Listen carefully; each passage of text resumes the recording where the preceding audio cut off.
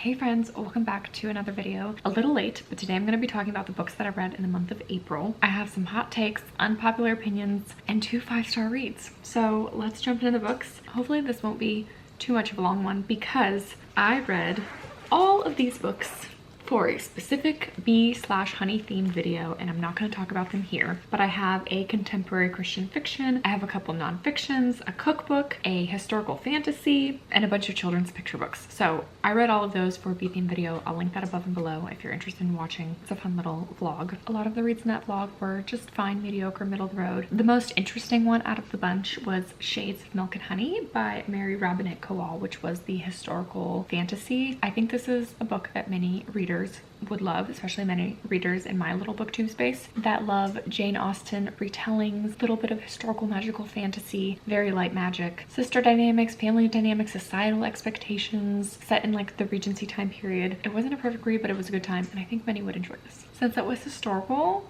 let me talk about the other historical fiction books that I read in the month of April. I read the debut novel Maya and Natasha by Elise Durham. This one came on my radar when I was doing research for new historical fiction books coming out in 2025, and this one intrigued me because it had to do with the Russian ballerinas set after the events of World War II up kind of through the Cold War time period. It follows these two sisters. I think I landed on like 2.5 stars with this book, which is not great. It was overall just kind of a fine read, and it didn't stick with me, and I would not recommend because it was not a pleasant reading experience. Not that it had to be, but it just was full of unlikable characters. These two sisters have a falling out, and it is a very broken dynamic, and a lot of the themes of this book really have to do with defection because these are ballerinas in the Cold War era of Russia, and they want to go on tour to the Americas and possibly defect and leave the Soviet Union. So it has this like messy, muddy relationships, betrayal, just kind of being ugly and nasty with one another. It just had kind of content I didn't love. I would say the pluses to this book that I did enjoy reading about, which was a little bit redemptive for me. I learned a lot about the kind of social dynamics and thought life of what people were experiencing in the Soviet Union. I've read stuff like this before, but this one did a good job highlighting that, and I learned about this group of youth in the Communist Union that were really rebelling and defying the communist regime by dressing up like very vibrant colors that people were dressing up in the 50s, 60s, 70s in the US. So that was kind of interesting because I've never learned about that before. So there are some takeaways that were intriguing in the book, but overall, you need to care about these characters, and I didn't. So maybe you'll like this book if you like historical fiction with really unlikable characters and particularly damaging, betraying sister dynamics, which made me feel sad. I love a good, like, I love when the siblings are best friends and they're there for each other. In this case, they really were not.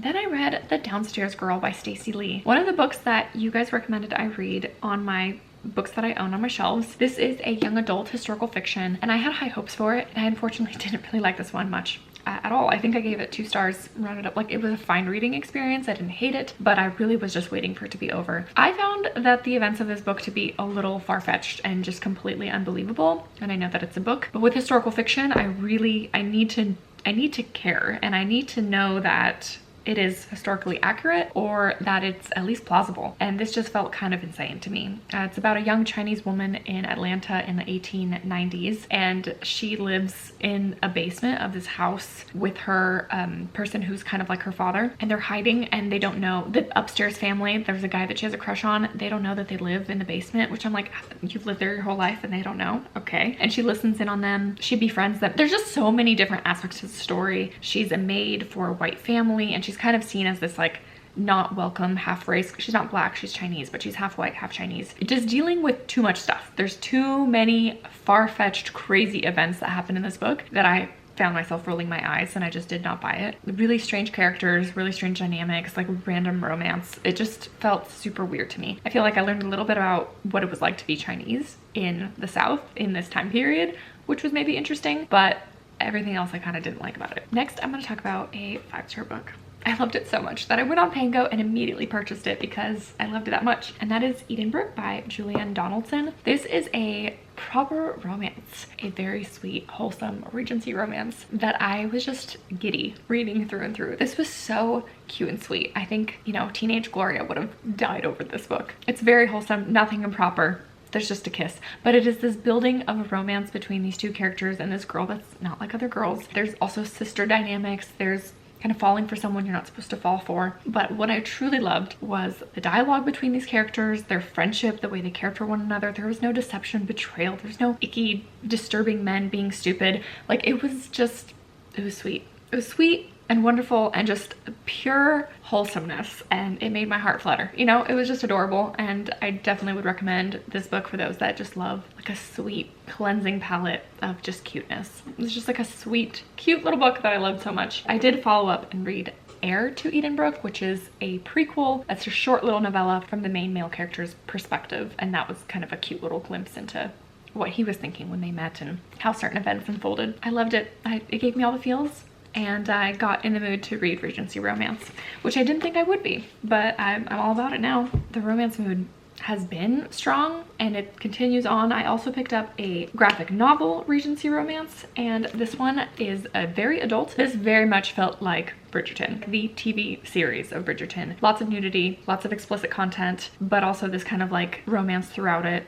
We shouldn't be together, but we end up falling in love with each other kind of thing. I also gave it 2 stars. I didn't think it was that great of a graphic novel, and I wouldn't really widely recommend unless you're a huge romance reader, you love graphic novels, and you want a fun little silly story. But yeah, wasn't my cup of tea. Wasn't what I was looking for with the romance stuff. Speaking of romance, I read the 2 most popular contemporary romances that came out in the month of April. The first one I picked up was Emily Henry's newest book, Great Big Beautiful Life, and I gave this 2 stars. If that, it sucked. Happy Place is still my least favorite. This came in second place as my least favorite, but I will not understand a single person that gives this a high rating this year. I've seen quite a few popular booktubers rate it and also had similar reading experiences to me, so I'm not really the unpopular opinion I think on this one. She's just a popular author and people are going to read her books despite it being a good story or not, and I don't think this was a good story. I think she wanted to evoke the 7 Husbands of Evelyn Hugo vibe, where you have characters who are writers writing about someone in the past, but I don't care about that past storyline. This is 2 complete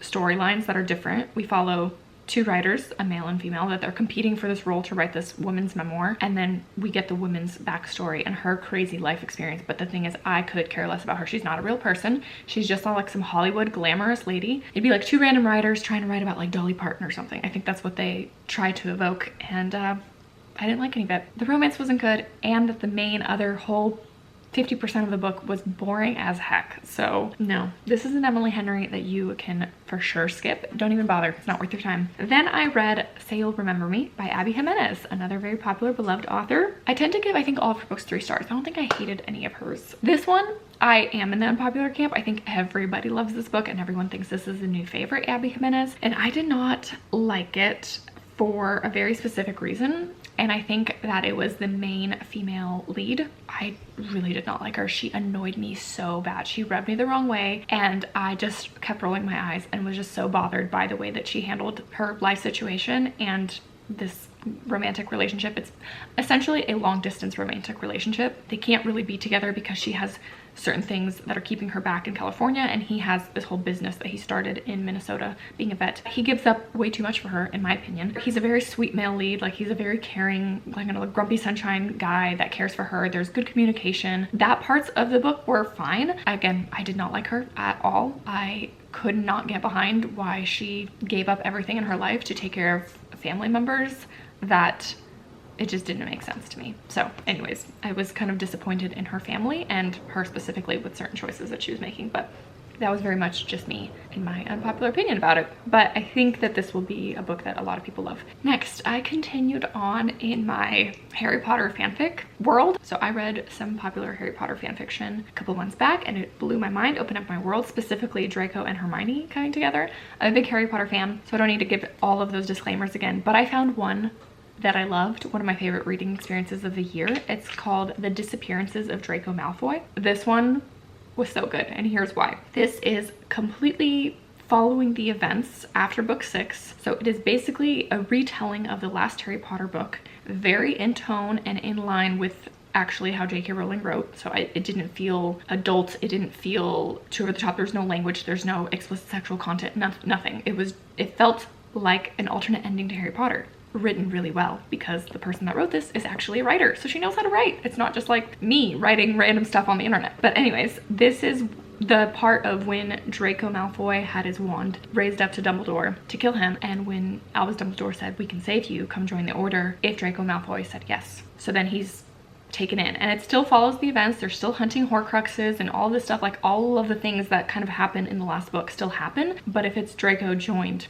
Harry, Ron, and Hermione on the quest and all the adventures, and it's done so well. I think I love this for the character arc, that to be written so well, like everything that he went through and learned and grew and learned about himself. And then it is also a very sweet little romance between Draco and Hermione that I loved. I never liked Hermione and Ron, unpopular opinion, and so I think that's why I'm really living for these Harry Potter fan fictions. Some are done not good at all, but this one was done so well, and I think can be very widely read by everyone who's enjoyed the Harry Potter series, not people that just like to read smutty stuff or dark romances or anything, which is usually the theme for these fan fictions. This one was so perfect. It was perfect. It was perfection, and I loved it. Next, I'll talk about the two nonfictions that I read in the month of April, starting with Saving Five, which is a memoir by Amanda Nguyen. Now, I've read and loved Know My Name by Chanel Miller. It's premiered through everywhere, and I think for good reason.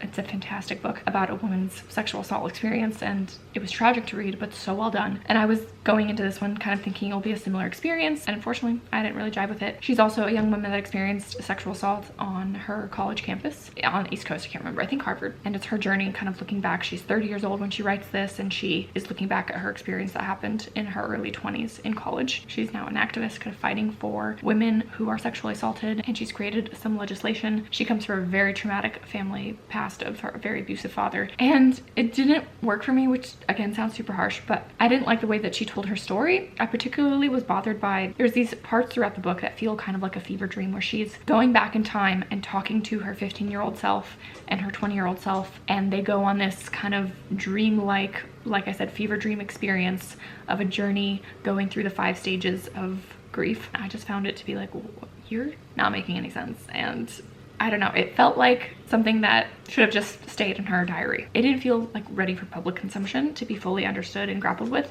Again, I've never experienced something like this at all, so maybe I'm just not the audience to relate to it, but it's so easy to compare Knowing My Name and this book because it's about a very similar experience and women going through that. But Know My Name was just done so well, and the way that she told her whole story, all of the details, the whole process, her whole emotional, physical turmoil through it all just made sense and made that book stand out. And Saving Five did not do that for me. The other nonfiction I read was a parenting book called How to Talk So Little Kids Will Listen. It was just, again, very practical, very specific of these are the things that you can say and how to talk to your kids about certain situations to get them essentially to do what you want them to do without controlling them. A lot of it is just like make it fun, distract them, make it a silly game, give them options when you are good with the 2 options. A lot of very specific scenarios were included because these 2 authors had a workshop where parents would actually come in and ask questions. So those questions are introduced in actual people that went through things and brought up situations. Those were all brought up throughout the book. Again, I found it super useful, very practical,